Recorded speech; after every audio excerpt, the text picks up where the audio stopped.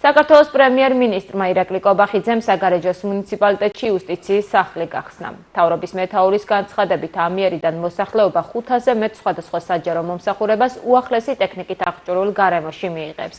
იუსტიციის სახლის საგარეჯოს ფილიალი კახეთის რეგიონში მე-19, ხოლო ქვეყნის მასშტაბით 125-ია.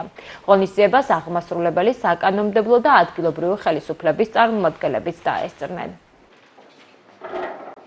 იუსტიციის სახლის გახსნას ადგილობრივ მოსახლეობა შესაძლებლობა ექნება იუსტიციის სახლში მიიღოს ყველა ის სერვისი, ისი მიღება შეუძლიათ თბილისის, ქუთაისის, ბათუმის თუ სხვა ქალაქების მოსულ მომხმარებელს შეიძლება 500-ზე მეტი სერვისი მიიღოს.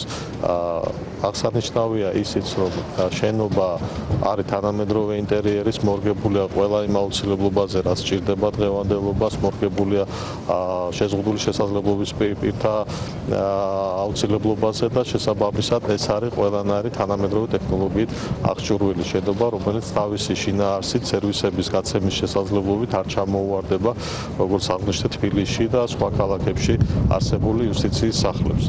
ეს არის ძალიან მნიშვნელოვანი, მოგეხსენებათ, ეს არის 125 იუსტიციის სახლი, რომელსაც იუსტიციის სამინისტრო ხსნის უკვე მთელი საქართველოს მასშტაბით. გარდა ამისა, ხაზი მინდა გაუსვა იმასაც, რომ იუსტიციის სახლებს აქვთ სერვისი, მობილური იუსტიციის სახლი, რომელიც შესაძლებლობს ხდის მიუვალ ადგილებში მცხოვრები მოქალაქეებისათვის ყველა იმ სერვისის მიწოდებას, რასაც ისინი მიიღებდნენ, თქვათ, ნებისმიერ იუსტიციის სახლში. ეს არის ძალიან მნიშვნელოვანი. ჩვენ ვცდილობთ, რომ იუსტიციის სახლები დავფაროთ მთელი საქართველოს ყველა მუნიციპალური ცენტრი, რომ არც ერთი მოქალაქე არ დარჩეს იმ სერვისების მიღების შესაძლებლობის გარეშე, რომლის მიღება შესაძლებელია დიდ ქალაქებში. საგარეჯოში გაიხსნა 125 იუსტიციის სახლი, რაც შესაძლებლობას აძლევს საგარეჯოში მაცხოვრებელ საქართველოს მოქალაქეებს ისარგებლონ 500-ზე მეტი სერვისით.